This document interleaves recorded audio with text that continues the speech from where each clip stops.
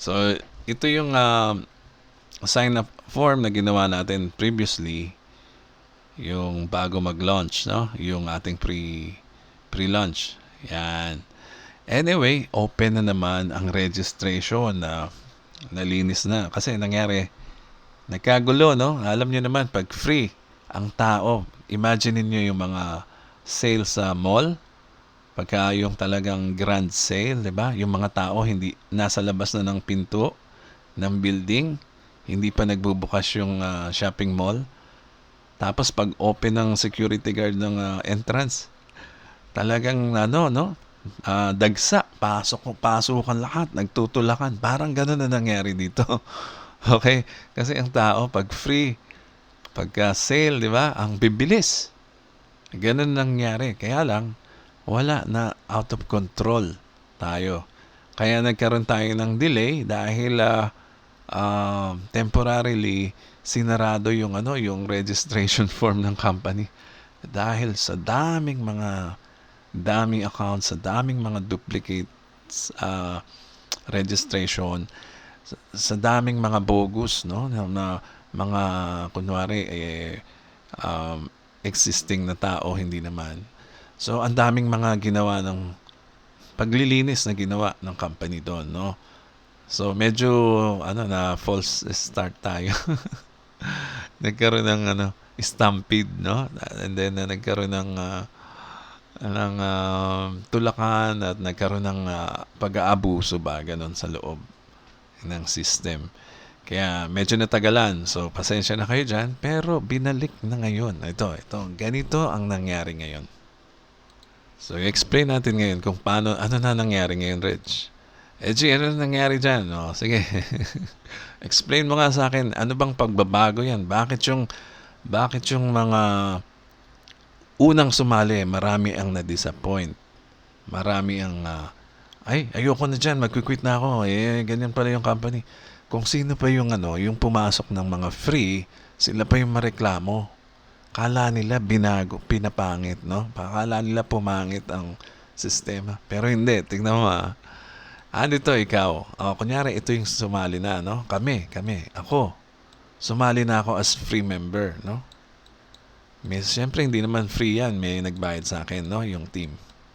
Yung ating mga nasa taas. So, ako yan, no? Me. Sumali ako ng free. Number 1, no? Free entry. Binayaran ako ng team. And then, sumali ako ng may product. With product yan, ha? Okay, mag-alala. Andyan pa rin yan. With product. And then, ang sabi, so yan pa rin, no? Free, may product. Actually, kasama na dyan yung shipping, no? Libre na lahat, no? Wala ka talaga. Totally na zero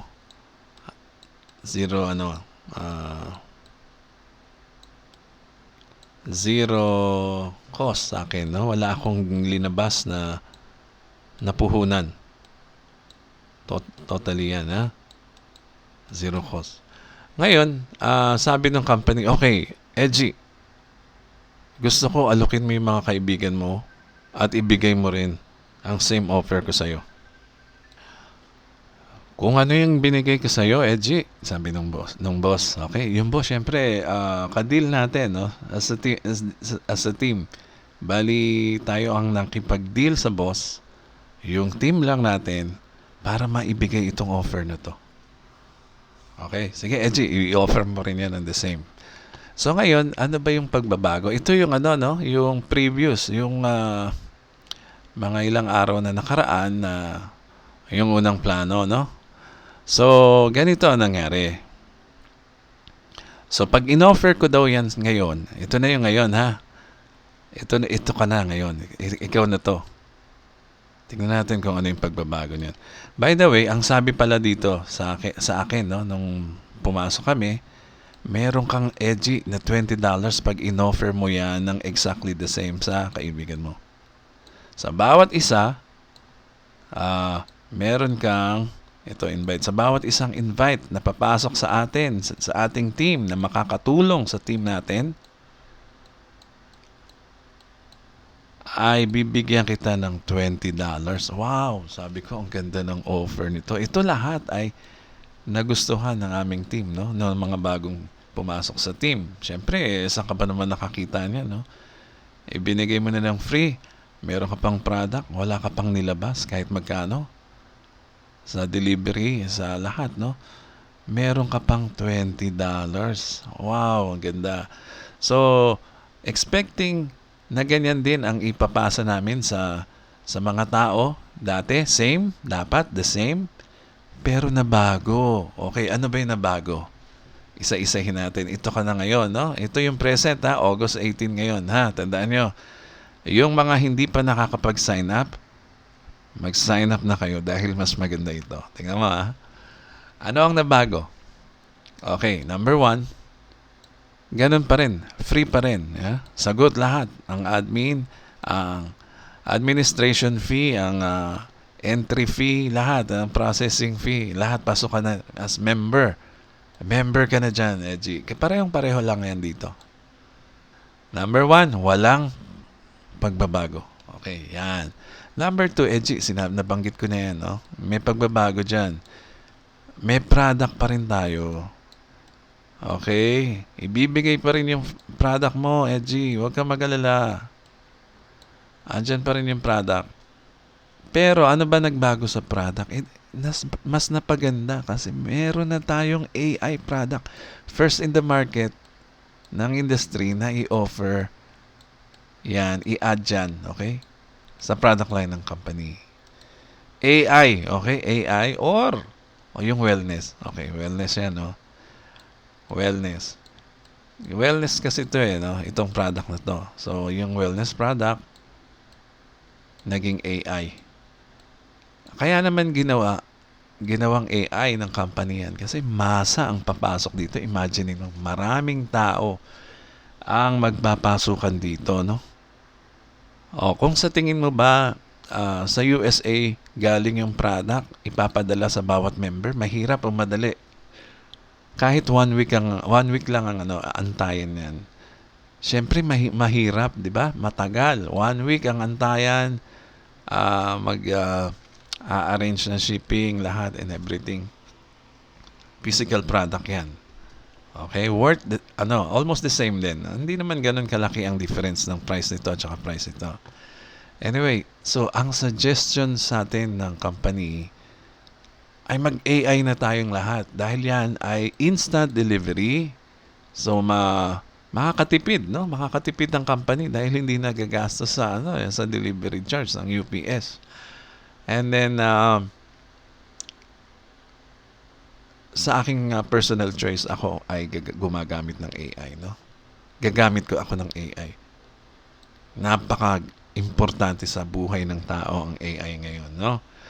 Anyway, kung may AI ka, pwede ka naman bumili ng mga wellness products. Andiyan na yung kikitain natin at mamili tayo ng product. Why not? Siyempre, kailangan mo muna ng tool, no? Magagamit mo yan tool sa marketing, sa lahat ng bagay, sa lahat ng klase ng negosyo, pwede mo yan magamit. Okay? Magagamit mo yan sa pangkalahatan, no?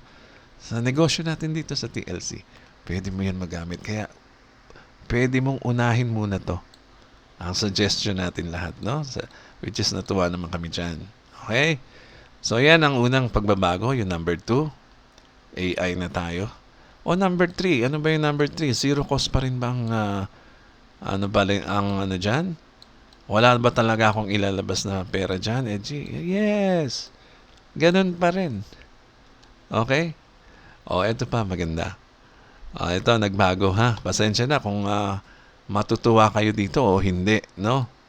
Ito ang another changes na isa sa mga changes na hindi nagustuhan ng mga nauna kagaya ko ay natuwa ako ha. Naka-smile pa rin ako dyan, no? Natuwa ako kahit nagbago, no? Itong number 4 na natin to, ha? Itong $20. Yan.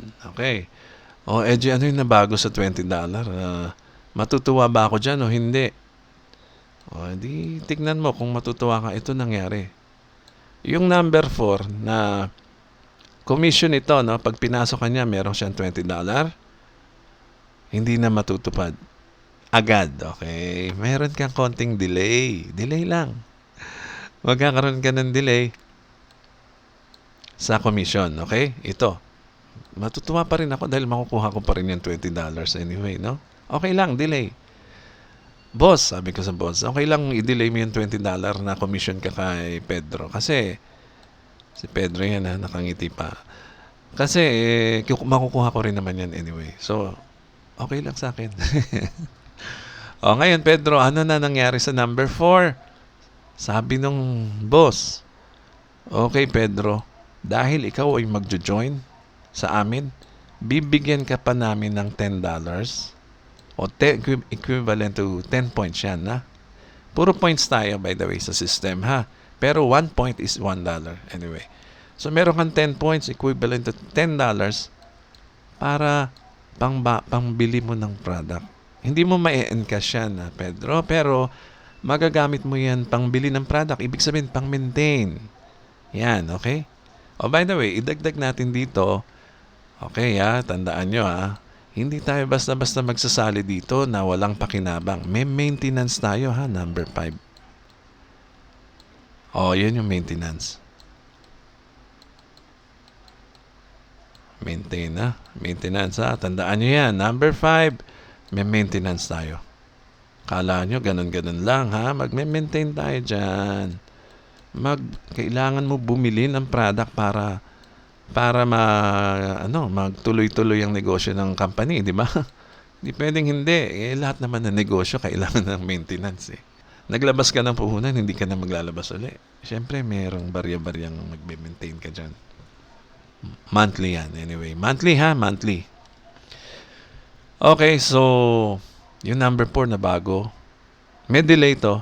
Okay, delay lang. Magkakaroon ng delay. Pero ito, instantly, pagpasok mo, Pedro, meron ka kagad $10 sa wallet mo, pandadagdag mo yan sa first month mo sa maintenance. So, ikaw ba, Pedro, matutuwa o hindi? Siyempre naman, matutuwa ka. Nung una, wala yan. Nung unang offer yan, wala. Ngayon, linagay yung $10 sa'yo. Ibig sabihin, kinuha dito sa 20. Hindi naman kinuha actually. Basta ang plano ng company para mas mapaganda ang ating sistema dito, programa, sa'yo na yung $10, Pedro, as token sa pag-registered mo, sa pag-join mo sa aming team dahil ikaw ay makakatulong sa amin. May $10 ka, oh. Nung una, wala. Okay, wala yan sa offer namin. Binago ng company, binigay ng $10. Pero ang catch, madidelay lang madidelay lang makuha ko to. O, sir, sabi ko, kailan ko ba makukuha yung commission ko kay Pedro na $20? Sabi ng boss, sa first month's maintenance niya, okay, syempre magbabayad ka na ng maintenance, Pedro, ha? Sa first month's maintenance niya, which is required sa atin ng 40 points. So, sa first month's maintenance ni Pedro, ibig sabihin may pumasok na pera sa company, di ba? Magbabayad na siya ng maintenance. Ganun naman tayo lahat. So, ngayon, sabi ng company, pag may pumasok, Pedro, Edgy, pag may pumasok na money, meron tayong ipangbabayad sa'yo. Ganun lang naman kasimple, no? Pag may money in, may money out. Tsaka ako ibibigay, Edgy, sa'yo yung $20 mo. Di ba, fair naman. Sino nagsasabi dyan sa inyo na hindi yan patas? Fair yan. Dinilaid lang ng company yung commission mo. Pero kumita ka pa rin ng $20, oh. Dinilaid lang ng kaunti. Inintay lang natin si Pedro. Mabuo muna yung 1 month. Kasi sa first month niya, wala naman siyang babayaran, eh, no? Sa following month na siya mag-start ng maintenance. Okay? So, ibig sabihin, may papasok na sa company, tsaka ibibigay sa akin yung $20. So, masaya pa rin ako. Bakit? Kasi hindi naman nawawala yung commission ko kay Pedro na $20, eh. Na ganun pa rin naman nung una. O, di ba? Isipin nyo yan mabuti. Maraming na-discourage sa ganyan. Which is, hindi natin sila masisisi dahil tinawag nga nating fast start commission yan. Kaya yan fast start commission dahil instant yan na tatanggap, no? Right away. Pero syempre, wala naman agad na perfect na system, no? Syempre, pinag-aralan pa nila. So, mabuti siguro na gawin muna natin na ganito. At sa ganyan, hindi na, maiiwasan din natin yung mga bogus na sumasali lang na nakala nila, lista lang sila ng lista ng mga tao, papapasukin sa company, tapos tayo ay magbabayad. Yung pala, yung mga yun ay mga peke, no? So, walang ganon. Hindi naman pwedeng ganon. So, safety net din yan ng company. Tandaan nyo ha, kung ginawa natin yung una, binayaran tayo ng company ng tag-20, yung pala, ang dami palang members na hindi pala sumali lang para dun sa $20. Tapos ang negosyo, di ba?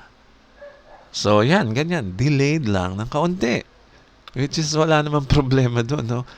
Nagkaroon pa ng kasiguraduhan na yung taong pinasok ko ay legit.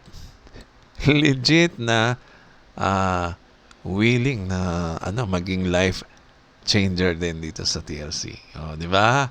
Ang ganda ng ginawa nila. Kala nyo hindi nag-iisip ang company, no? Kasi na-overwhelmed tayo dito sa $20 nung una. Wow! Tag $20. Ang dami. Makikita mo. Ang daming mga $20 sa account namin, no?